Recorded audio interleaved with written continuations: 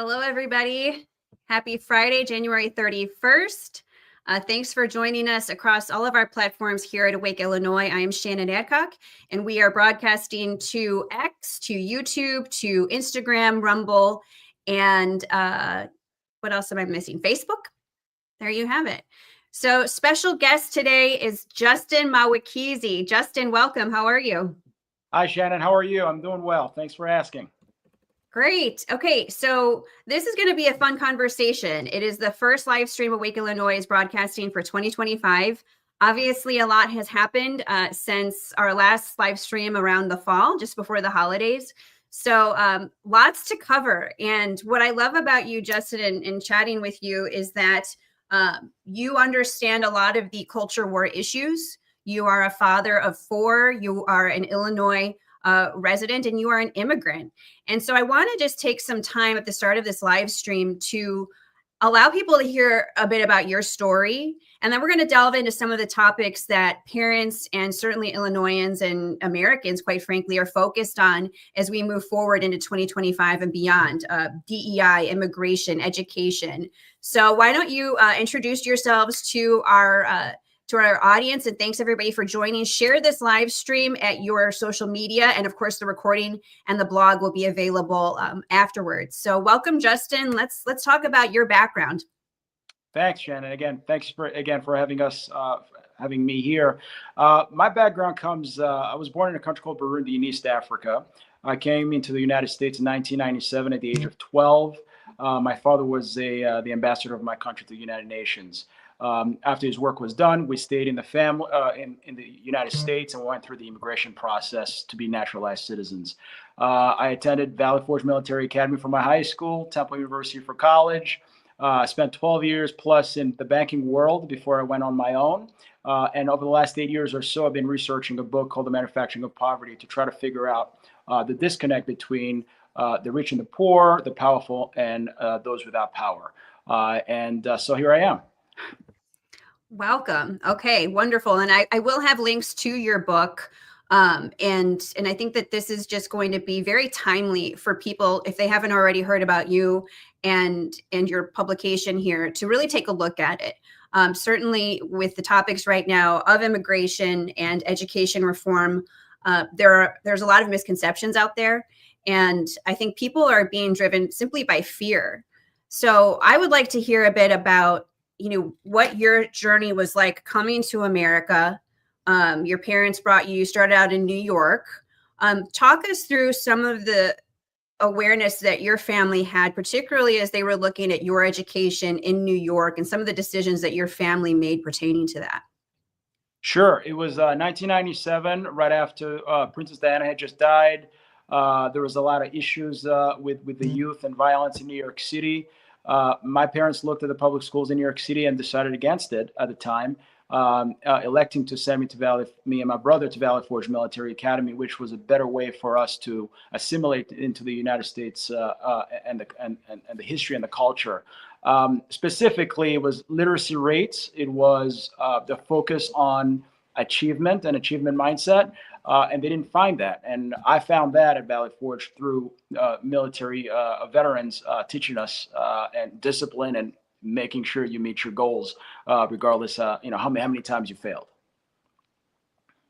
Sure. So that structure and the academic enrichment, and of course, seeing strong male leadership, I think that would be beneficial for any American, whether you are an immigrant or not. And that's very interesting that your family had that awareness being so new to America. So at what point then did you become a citizen of this country? Oh, it wasn't until, so I arrived in 1997. I didn't become a citizen until 2012. So it took a long time. It's a long process. Every year you got to go get fingerprinted. You got to learn the history, keep up with what's happening in the country to understand the core structure of the United States, so that when you become a citizen, you're not just getting a status change and whatever benefits comes with it, but it's understanding and appreciating the history of this country. I know more history of the United States than some of my friends who are American born here. So to me, it was a great process. I appreciated the country. So much so that during the COVID years, I stepped into breach when there was lockdowns because of value the freedom Americans have here, which the rest of the world truly do not, and the system of government, of course. Yeah. So talk us through what is it like to take that journey to become a citizen legally? Because people have been very concerned about people flooding our borders, and it's not that we don't want immigrants to come here. Obviously, you're a wonderful patriot. You are contributing to society. You are a parent. What do people need to know about the legal process of immigration versus people who are coming here illegally and are not assimilating and are, quite frankly, many of them criminals? Talk us through what you think the average American should know about that process and how it differs from coming here illegally. Well, number one is character.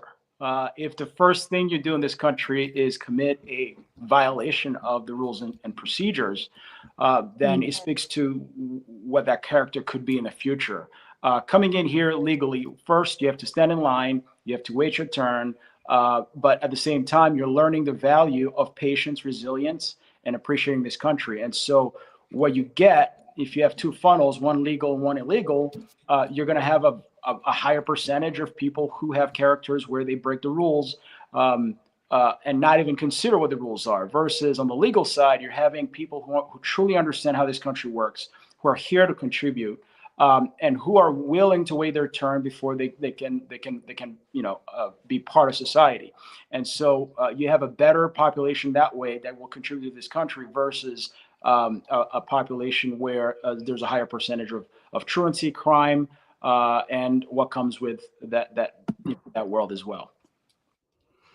Absolutely. Thank you for sharing that. And if anybody has any comments or questions for Justin, for sure, I know Facebook is a platform where we can pretty quickly see comments, and then we are monitoring our Twitter X account. So if you have any comments or questions, we can highlight those here as we move along.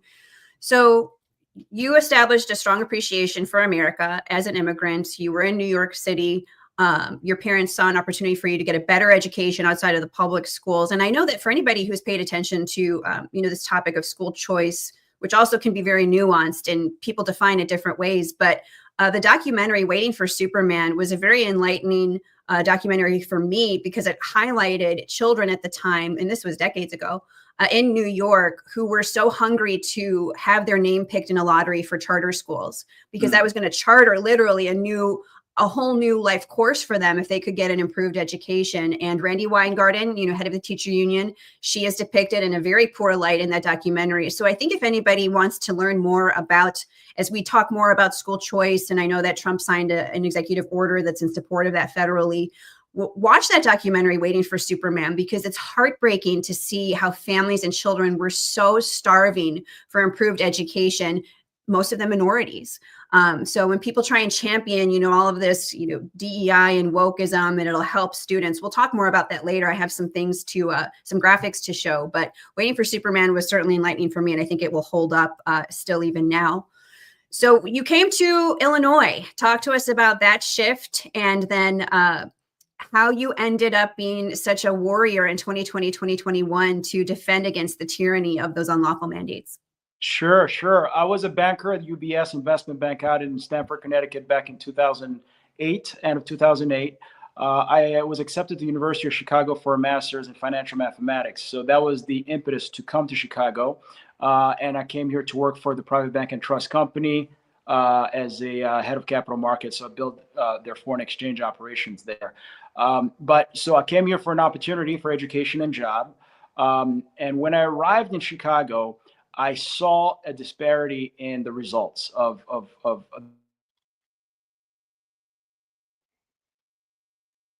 we lost Justin. We'll wait for him to come back on. Technical difficulties happen. Not a problem. Let me show here his book while we wait for him to come back. So his book, The Manufacturing of Poverty, and he's just getting ready to kind of talk about some of the things that awakened him when he moved to Illinois.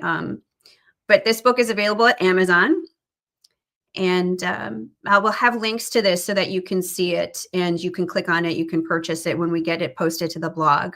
But we'll wait for Justin to come back here. I am going to be covering some things pertaining to Illinois education as it pertains to mostly these Trump executive orders that have come down. So ending radical indoctrination in K through 12 schools. I'm going to zero in on this a little bit further in the conversation, but Illinois literacy rates for fourth graders are abysmal, and they have not improved since 2003, more than 20 years ago.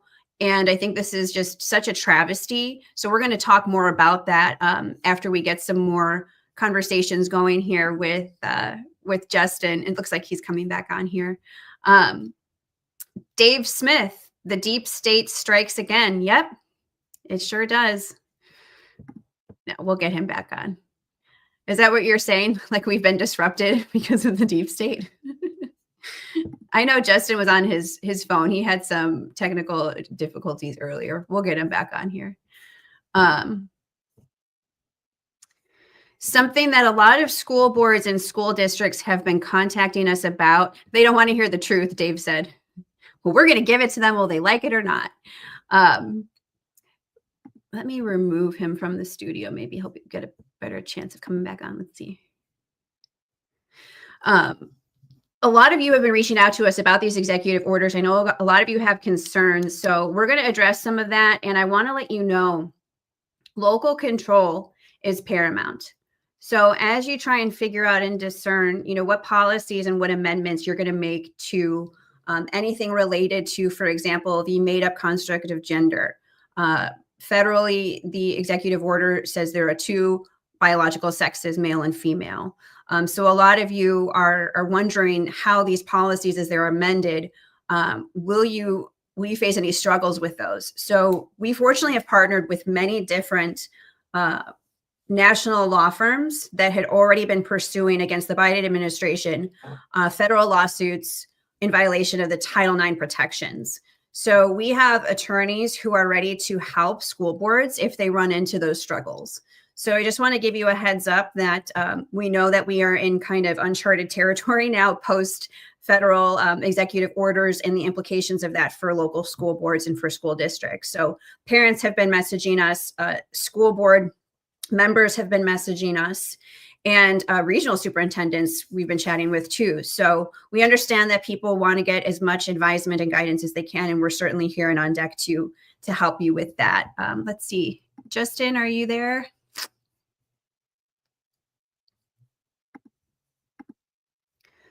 Let me remove him and then we'll have him come back on. So yeah, let's go to those executive orders while we have some time. So one of them is ending radical indoctrination in K through 12 schooling. Again, if you look at the proficiencies here in Illinois, they have not improved. They're worse than they've been in decades. If you look at the rates here, those students in fourth grade in Illinois that are below the national scores, that group has grown. So we have children who are doing worse now than they were more than 20 years ago. Oh, I see Justin's back here. I'll get you back on here, Justin. Hey, you're back. All right. So let's just jump right back into it. You came to Illinois, you're getting education here and higher learning, and you started to see some changes and some things concerned you. Let's go back to that. Yeah, so I had these experiences. I don't know if you heard about the law, the courtroom drama and the driving back. What I saw was a result that I didn't expect from a country like the United States in a state of like Illinois. And so through my research, I learned how to navigate through the courtrooms, and that was the impetus to go after shutting down the lockdowns of Governor Pritzker in Illinois in 2020. Yeah, and so you had filed some things in court. And what were you hearing in your community, and what were you seeing in terms of, because there was clearly a camp that was like, whoa, this is really, really wrong. And then a camp that I think was just genuinely scared from propaganda and, just fear. How did you end up in that, grouping, and what were you seeing as you started to pursue some of those filings to challenge Pritzker's unlawful mandates? So I had seen this movie before. Most immigrants had seen this happen overseas in their own home countries. the best way to take over control from a government perspective is scare the population, so that they were willing to give you freely their rights, whatever rights you're going after. And so me, the mask mandate was the line in the sand, because I knew if you said yes to that, then they can go where they have gone in so many different issues at this point. And so I waited until Mr. Bailey's lawsuit had a decision. When Darren Bailey's. Okay, so former governor candidate. He did have a big lawsuit, and Tom DeVore was his attorney. And then Tom went on to represent us parents, hundreds of parents. I was one of them, in the statewide lawsuit against Pritzker and the State Department, state agencies and school districts. So that was a big case that inspired you then. And I think it's really interesting. People have to realize the immigrant population was some of the boldest voice in the lockdowns, because to your point, coming from areas where communism had been around for a while or had come about right before they got out, you could tell, you could smell it, right? Like you could smell it in the air. Yeah. So I would like to hear a little bit more about what your family experienced then, specifically. What were you experiencing in your country before you came here? In my country of birth, Burundi, there was a civil war. Before that, there was a health crisis with cholera, and there was on the radio telling people to stay home. The same exact messaging. It's as if they were testing overseas, 10 years ago before they did it in the United States. Wow. I've gone through a similar situation. I had seen how rhetoric can divide a country and cause violence. And so, in fact, we came to this country to try to negotiate peace, the United Nations. And so when I heard the same type of terminology and strategy that Governor Pritzker and some of the governors were using, I knew what we were going through. It was the second time around for us. But I waited for Mr. Bailey's lawsuit to settle. He won. And then the first press conference Governor Pritzker gave, he said, well, now that Mr. Bailey won, the crazies are going to come out. And he specifically said that word. And that was it for me. That was, okay, great. I'll be the crazy one. So I jumped in. That's amazing. And what did you find? I mean, you're on Twitter X, and we can share your handle if you want people to find you there. But what did you find? Did you get any pushback? Did you get any hate? What was the reception when you started to jump into this battle? For my family, it was fear, because overseas, when you speak on the record, violence usually comes, and so it was fear from them. But I had been in the court process long enough to understand how to stay within that safe area. So it was fear. It was not wanting the attention that came with it. And so, but to me, my father had always told me that you should never run away from a fight. And if anyone, I don't care who they are, comes and tells you that your family is in danger, you can't protect them, and you have to be at home and provide and protect them, it's usually something off.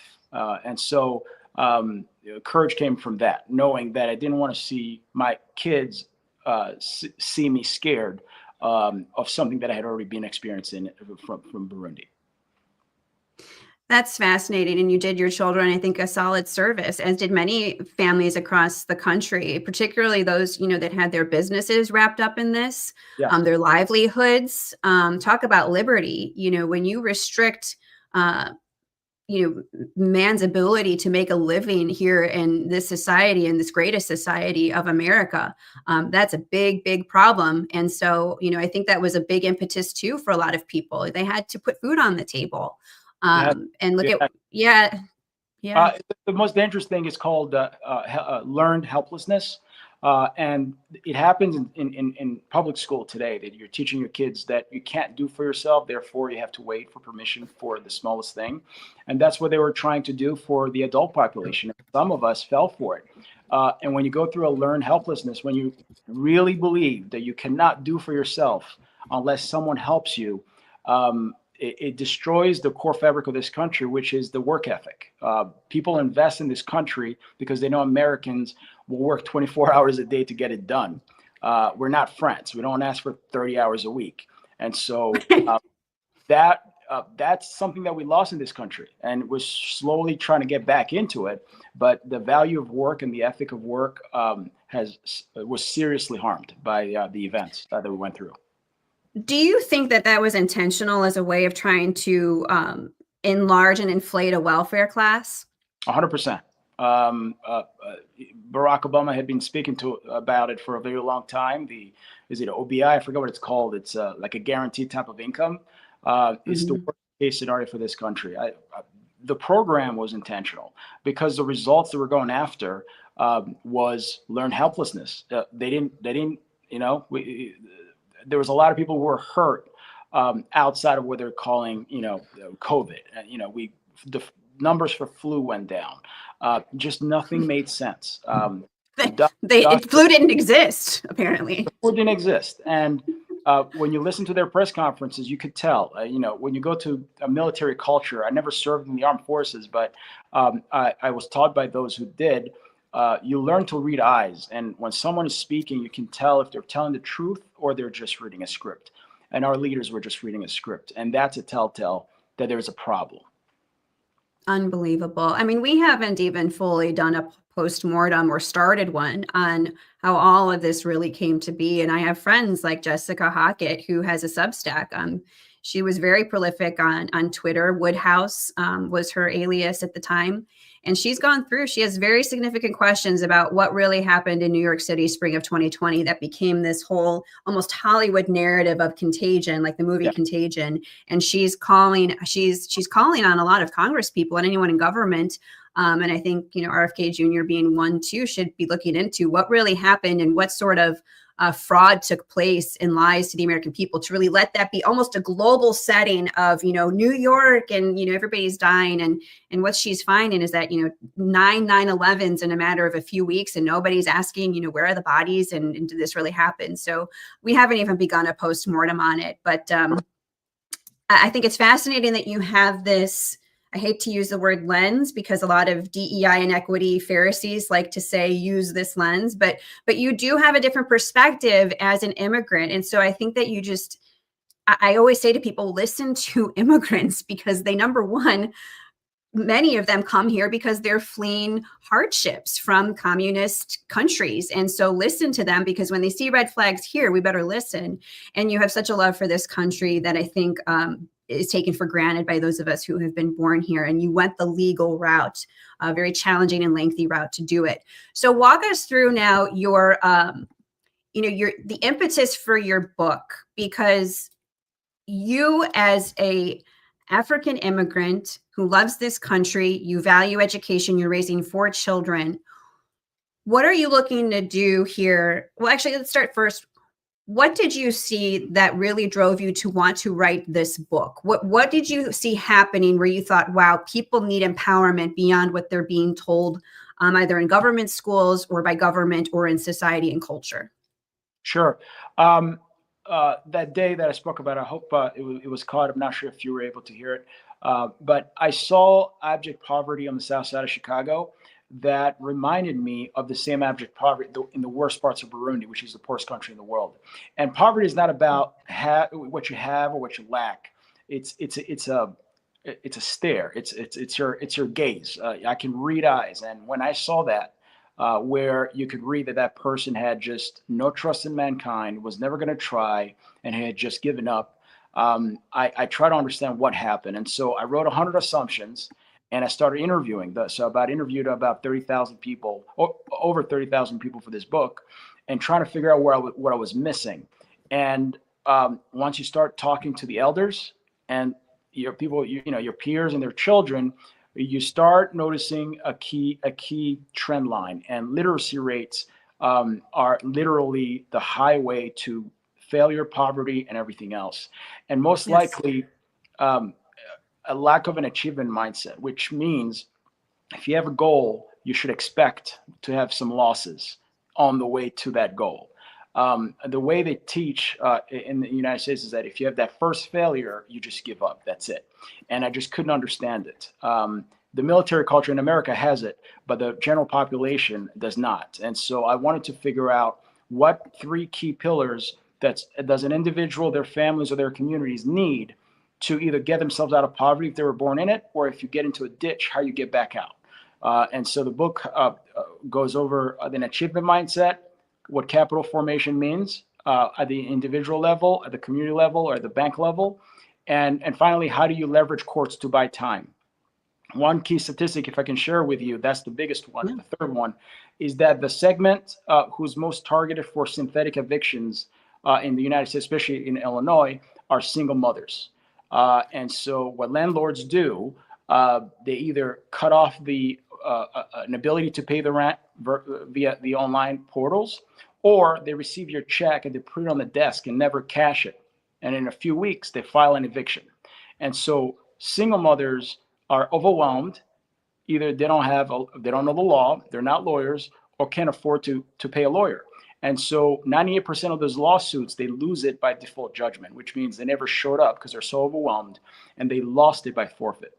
And if a kid goes through that process at 5 years old, 10 years old, 8 years old, and sees society going against his family, it's rational for him to lose trust in mankind and decide to go outside the law as a way of living when they see that kind of injustice. And so the book aims to teach individuals how they protect their families when the bad times happen. And we're all humans. Sooner or later, bad times will happen. So how do you keep a family together? How do you avoid a divorce? By understanding I'm going to go to court and buy myself 6 months to a year so that when I'm interviewing for the next job, I'm not as anxious because I know I have time. And so the rich can buy time with their money. The book is meant to tell others how to buy time with their wisdom. What you know about the rules and procedures can buy you the same exact time to allow your family to stay together rather than infighting within the family.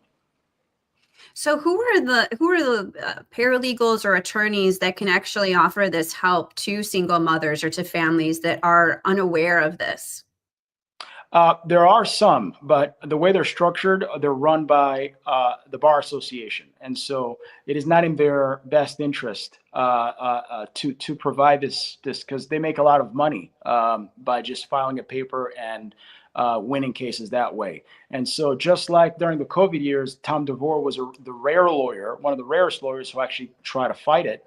You saw a lot of lawyers not do anything about the mask mandates, the transportation, even our state reps, the state senators, the assembly didn't even convene to try to say, hey, governor, this is the 40th emergency order. What is happening here? And so the book aims to try to encourage folks to learn outside the system, the basic rules and procedures. And the goal is, how do you, 1, 2, or 3 things you can do to buy you that 3 months, 1 month, 6 months to figure things out. The number one driver of divorce is financial strain. And so when you find yourself in court, know that you can buy time by doing 1, 2, or 3 things rather than collapsing.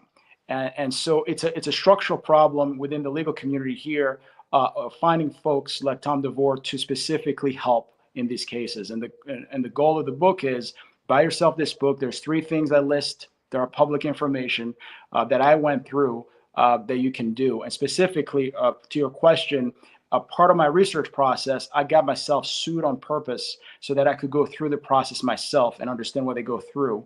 And so in the book, I'm not giving advice without being a lawyer. I'm telling you my story, what I went through. And so that's the loophole that I found on how to communicate that information without breaking the law. That's fantastic. You're the real deal.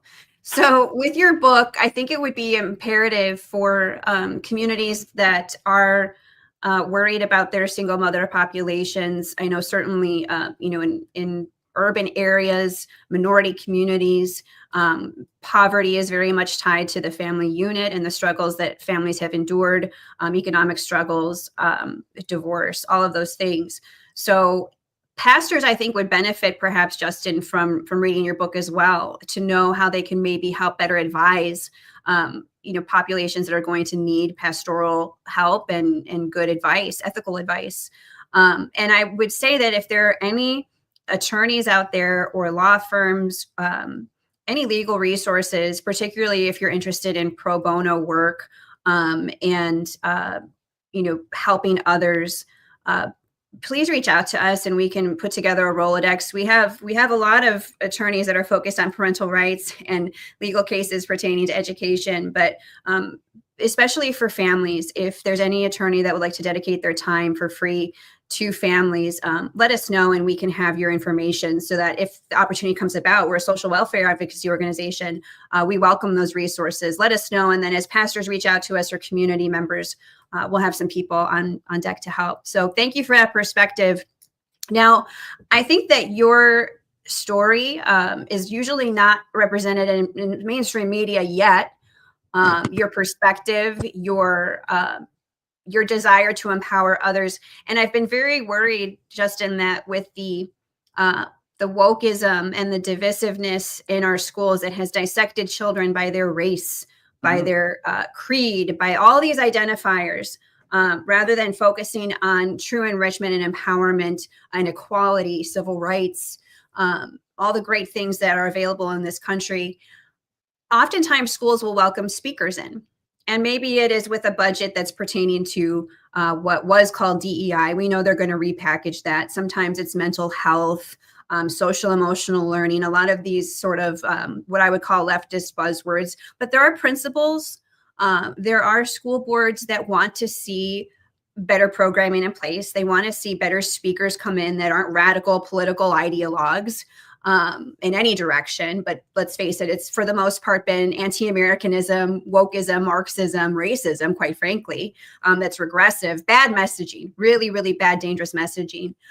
I put this slide together, Justin didn't, but I think that you would make a great school speaker for K through 12 and probably even beyond, because your story and how you are looking to empower others, you could offer a lot of really good lessons on empowerment, grit, immigration, education, and resilience. Would you be open to that? I would. I would welcome any of those opportunities. Thank you for bringing it up. Yeah, I think that, I know there are principals that want to see good speakers come in. We've highlighted in the past, thousands of dollars have gone into these visiting speakers, and it's just so negative. And it's regressive, it is political, it is divisive, and it's the wrong message for K through 12 young growing minds. I think that if anybody's listening to this, or churches, schools, policymakers, reach out to Justin. And I just think that you have a great perspective and a very positive one that many people would benefit from. So what's the best way for people? Yeah, go ahead. I was going to say one quick thing here on that train of thought. In my research, I found out that kids between the ages of 8 and 12, that's the age groups where they're making the decision to break the law. And so if you can capture those kids between 8 and 12 and give them an opportunity to see the other options, that's when you can make significant changes. That's awesome. And I actually have some people in mind that I think I'm going to connect you to already that would welcome you into their school and churches. So I think that's awesome. Great. All right. So let's delve into some of this, Justin. President Trump now has been signing a lot of executive orders. It has everyone's head spinning because things are moving very quickly. Even our organization is very excited to keep up with this, but it's a lot, but it's all good stuff. So this particular one, ending radical indoctrination in K through 12 schooling. A lot of people are talking about the National Report Card, the NAEP data. They break it down by state. And in Illinois, there's been so much money put into what I would call bloat at schools, where teachers are more or less coerced and forced to have to talk about everything except really teaching children to read. And the research has proven that if children are not literate by 3rd grade, their challenges and their failure rates increase dramatically to the point that it's almost, they can't even recover from it. But yet we pay some of the highest per pupil costs in our public education system here in Illinois relative to other states that have better literacy than we do. And so the proficiency is worrisome. You can look at this. We have posted it. But Illinois is lower than it was in 2003. And since then, we have put so much money, taxpayer-funded money, federal grant money into diversity, equity, and inclusion, all of this race hustling that has happened. And look at how sad this is. You look at the score gaps for student groups. In 2024, Black students had an average score that was 26 points lower than that for white students. The performance gap was not significantly different from that in 2003. Same for Hispanic students, 23 points lower. So is it fair to say it doesn't take a mathematician or a rocket scientist to figure out all the money spent on all of this divisive stuff that President Trump has, by federal, executive order, halted? It has not helped the marginalized groups that all these woke activists have claimed to be helping these last decades. It hasn't helped them one bit. Correct. No, it hasn't. I mean, reading, that's it. Frederick Douglass, if you can teach a man how to read, he's free forever. And if you cannot read at the third grade level, the race is over before it even starts. And so these programs are meant to provide excuses and probably slush funds for the leaders who are working with it. It's excuses for failures that are easily addressable. I'll give you an example. It may be an extreme one, but I'll give you an example. There is this African-American drug dealer, essentially. He was caught in the 90s. He was doing millions of dollars of trading drugs, and he went to prison. He was able to orchestrate this whole organization. He couldn't read. And his cellmate told him, hey, you should read. And he had time. He had the proficiency to learn how to read if he knew and he wanted to. It took him 15 days to learn how to read. And then he devoured books after that. He was in his 30s. Imagine what he could have done if somebody intervened when he was 8 years old, 12 years old, 15. And if he could learn to read with the same intellect, he could have done great things in the society. And so any system that produces bad literacy rates is a system that's now working for the family. You're now working towards keeping the unit together. And you can see some of the policies in Illinois that are coming down from Springfield are to divide the family, split them apart, rather than encourage that family unit. You cannot start unless you have literacy rates that are high. And it's a testament to our failure as a state if we cannot fix this issue. DEI is in no shape or form going to do that. 100%. Now, people would call you, like they called me as a school board candidate in 2021, Justin, they would call you racist and maybe even a Nazi. So that's where this is Valley Forge Military Academy. Second week into the, I'm paired up with a roommate. I'm from Africa. He's from France. White guy. I'm a black guy. We have an argument, simple kids argument. We're fighting with a broom. The broom hits me. I'm 14 at the time. So I start crying. I go downstairs to our technical officer, Major Helbling, and I start crying to him because I'm trying to get the other guy to get punished for it.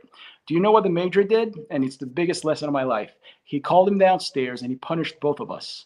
He got through us PT, and I couldn't understand why are we both being punished. And at the end of the day, I never cried again. I never tried to seek sympathy. It was always merit. You do it or you don't. That's it. And believe me, he was white, I was black. But that lesson that there is no sympathy on either side. You either do the job or you don't. It gave me an achievement mindset. I held myself accountable ever since. And life is you versus you, nothing else. But when you drive a message that says, no, it's the other guys, whoever the other guys is, what you're doing is creating a reason to get more money, but not actually helping the next generation. And so I have no idea what kind of national security system that is when you're producing kids who cannot read. It makes no sense because China is not. Reading is number one. And their kids are outperforming us, and we need to get better. Amen. So that obviously your scenario is very different from what happens in public schools, particularly if there is a white student and a black student in conflict. Right. It doesn't go that well. And that's a real shame. If you have good principles and you have people who are going to be have common sense, you may have an exception to that rule. But unfortunately, students have been divided by race, and it's awful. But I'm hopeful for the future because of the fact that the cultural tide is turning, and it's still going to take in a state like Illinois, parents like us and common sense policymakers to fight against the tantrums of the radical left, because they're going to try and sink their teeth in, and they're just going to be upset about it, but get over it. Our children don't have time to waste. The literacy rates alone, I think, are something that every parent and community member can come back to. Let's get to 95% literacy. And then if you want to talk about, other bloat things, then go for it. But we don't have time for that right now. And we certainly aren't going to have the funding as Trump starts cutting federal funds to and grants to all of this wokeism. So our kids should not be crutches for a politician to get money for whatever they need to. Our kids are more precious and more valuable than that. Absolutely. So this is another executive order ending radical and wasteful government DEI programs and preferencing, to your point. This is going to be across a lot of sectors, but in education, Parents Defending Education, a national organization that we've been proud to work alongside and collaborate on a lot of different things, coalition letters to former Secretary of Education, Miguel Cardona, who was all in on the Biden administration and all of this DEI stuff, which did not help children read. What they discovered at Parents Defend Education through their investigative research is that the Department of Justice was granting so much money, taxpayer money, to K through 12 school districts on proposals involving restorative justice practices, social emotional learning, diversity, equity, and inclusion in the classroom. And so this obviously will be cut. Right. We have a new president and administration in that I think will operate with more common sense and less divisiveness. But this was happening in Illinois. And what I find very interesting is, let's move on to this. Our state superintendent of education, Dr. Tony Sanders, he comes from Elgin, which is U46 school district, abysmal literacy. I think it was at 19% last time I looked of total students that are proficient at their grade level for reading. And he has issued this statement, it was either yesterday or today, addressing the federal executive orders. Dear colleagues, I understand that district leaders, teachers, and families have a lot of questions about the recent executive orders and memos issued by the federal government. These actions do not require school districts to make any immediate changes at the board or classroom level. At this time, there have been no changes to federal legislation, regulations, or funding that would warrant a local response, and all Illinois state laws remain intact.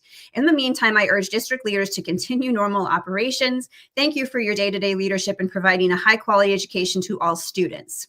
So this is fascinating to me, Justin. I'm curious about your thoughts on this, but I have been hearing from many different education staffers across the state, concerned parents, and school board members who are saying, wait, hold up. When it was Biden in office, we had to listen to every single order that was given, but now we can just ignore it? Interesting. And we heard from Pritzker after the lawsuits and the restraining orders were granted for all of us that had, been plaintiffs on those, fighting the unlawful mandates, he had to come out and say, because we forced him through the court system, yes, local control. So I find this fascinating, and I think it's a bit of a spin based on the fact that schools absolutely can adopt policies that are in line with these executive orders to get rid of these divisive programming, to improve curriculum, to improve literacy, all the things that most parents and communities want. What do you think about his statement here? Well, Mr. Sanders is obviously erroneous and clearly mistaken, but he shows a rot in the chain of command in Illinois. What I also learned from the COVID years is that when it comes to money, if it involves movement of money, whether it's in business or in government, the courts are the ones who can enforce that. Just like the parents, by the way, brave parents who sued Governor Pritzker for the mask mandate. And so it's such a big thing for parents or others who are looking to work with Mr. Sanders to rectify this issue, to consider the legal route. The problem is the cost of it. And so we need attorneys who are mission driven and not looking necessarily to make a dime, but looking to that statement should be a basis of some kind of injunction. We just need brave lawyers here. But obviously, Mr. Sanders is doing what Mr. Pritzker are doing in Illinois.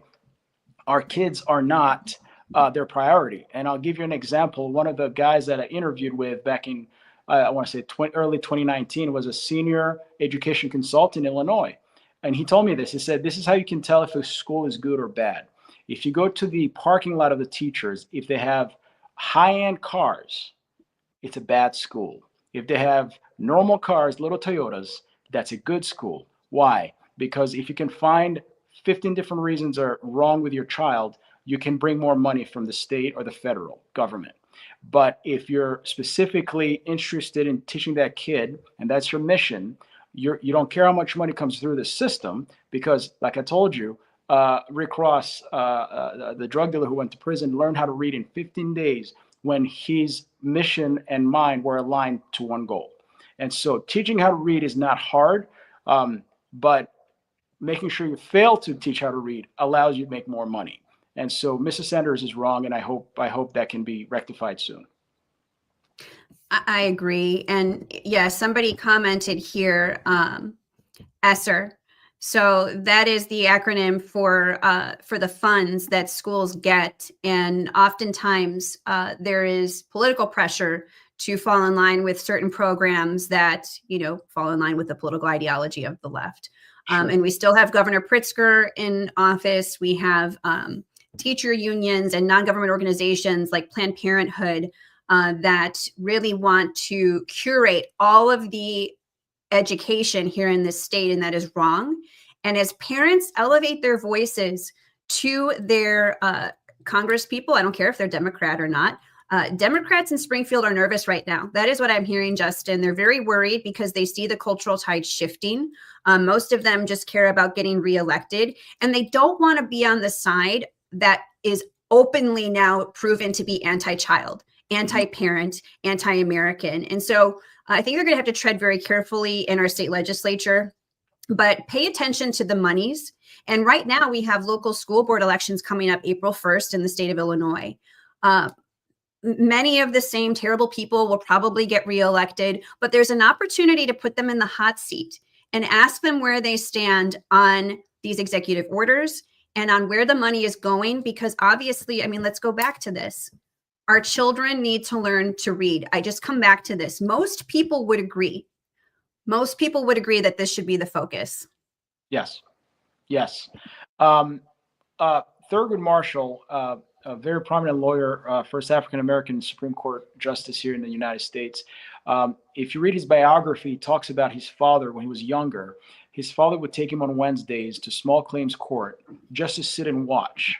And he said that his father was trying to teach him that there is a way to speak truth to power, and being able to see two sides, two lawyers argue in front of a judge and the judge making a decision. And what it can teach a kid is that there's critical thinking skills that are necessary. And if you learn how to read, you can protect your family. You don't have to be a military guy. You don't have to be protecting and providing can come through the mind. And so we need, as parents here, to provide those reasons, those motivators to our children to want to learn more how to read and how to utilize their mind to solve problems. Thank you for that. That's a great reminder. I talk to many people in education, in advocacy, and they do agree that we are facing a parenting crisis where we are going to have to parent much differently than previous generations because we have such a gap in shared values. So we have to be far more intentional in our homes than I think any parenting generation before us in the last couple of centuries, at least. So parents have their work cut out for them, and you can't seed everything to your children's school. You can't seed everything to your children's smartphone or their video games. We have to really work very hard. And I say that humbly. I have a 16-year-old, a 14-year-old, and almost 10-year-old. I get it. I'm in the thick of it. And there's a lot you have to stand in the gap of in our culture today. So you mentioned the point about how I love the word erroneous. You can get away with that. I wish I could. But erroneous in his statements here. Now, what school board members and perhaps common sense legal counsel is concerned about is always getting sued. So the injunction is a great point that you make, but the good news is that Awake Illinois, through the last 4+ years of advocating, we have really good attorneys nationally that are pro bono, that are willing to take on any challenges that a school district may face if they begin amending policies and or curricula in favor of what academics should have always been. And that's probably more in line with these federal executive orders that Trump has signed. And so one of the ways to sort of get the conversation going is something that we can update it to say 2025. But in 2021, we had published this policy on equality and civil rights in education, which is really meant to get school districts back to the classical model of education that is focused on literacy and the fundamentals of academics, and away from all of this wokeism and politicalization of schools and curricula. So this is a good way to get the conversation going, whether you're a school board member or a parent, principal, whoever it may be. Take a look at this, and this can be updated, and we can customize it to your school district. So if you wanted to have your school district's name and or any considerations, we can customize it. But we will be welcoming on some legal minds, Justin, because I think that in Illinois, certainly in states like Colorado, New York, California, the fight to improve education policy is still very much alive, even with these executive orders. So we realize that. One of the other topics has been, quote, gender policies. Gender is a made-up construct. It is absolutely political, and it has harmed children. So what we want to see, let me get this out of here. What we want to see is some legal considerations for any schools that are going to be loyal to Title IX, which is the federal protections for biological spaces, women's spaces, and then men's spaces. So we're going to have some more discussion on that coming up in future live streams here.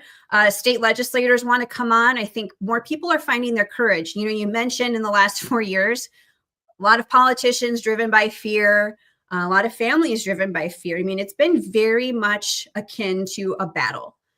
People were scared that their families were going to be hurt and or targeted, and that certainly was the case. I know you and I could probably talk about that, but legislators are finally finding their courage, and I think they're more willing to go on the record. So we're going to be welcoming them on. And I don't care if you're Democrat or Republican. We want to see people that are going to put children first and are going to develop better policies than we've seen these last few years. So we'll be equal opportunity and welcoming on any legislators that want to talk about bills or amendments or anything that is going to affect families here in Illinois.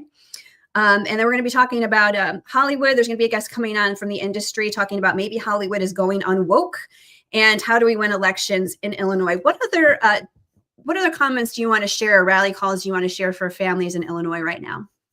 Listen, I just want to recognize the work Awake Illinois has done over the last 4 or 5 years. Listeners should know that Shannon has the work she's done helping others like me in working together and trying to rectify issues has been commendable. And I want to commend you, Shannon, and Awake Illinois. And I hope that more support comes your way as well. So thank you, and keep up the good work. I appreciate that. Well, that's a good segue to show that at awakeil.com, you can donate to Awake Illinois. But I'm going to create a banner here. Where do you want people to reach out to you, Justin? Is it Twitter, X, that you'd like people to contact you? What's the best way for people to reach out to you? Contact me on Twitter. It's at Mahwikizi. It's a tough name to spell, but it's Mahwikizi. And you'll find me there. You can chat me there, and then we can go from there.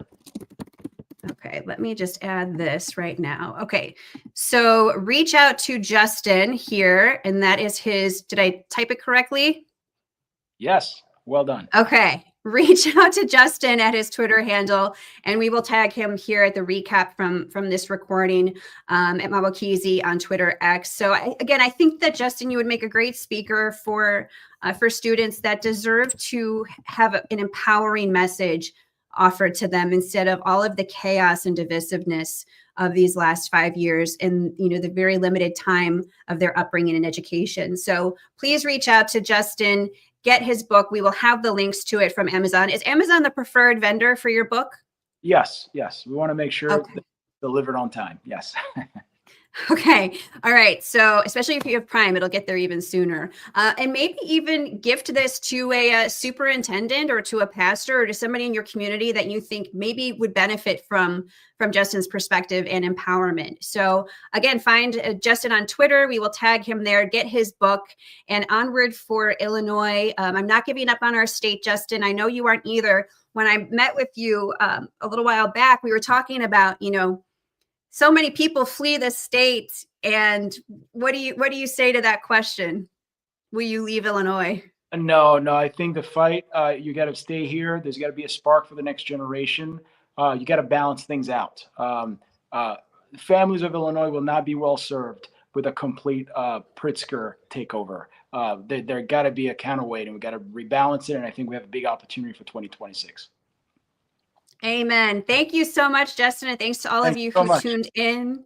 Yeah. So reach out to Justin and get his book and then share this live stream. This is the first one of 2025. I'm really excited and hopeful for what's to come for our country, but also here in Illinois. I think that we have a lot that we should be grateful for still as Americans. And even though we have found ourselves in this sort of strange cultural revolutionary time, our children need us. And so they need you to have courage. They need you to inspire your communities. And I think we're going to be able to do that together. So thank you, everybody, for tuning in, and stay tuned for our upcoming live streams and resources that we will be making available to all of you. And have a great weekend. Thank you again, Justin. Thanks, Shannon.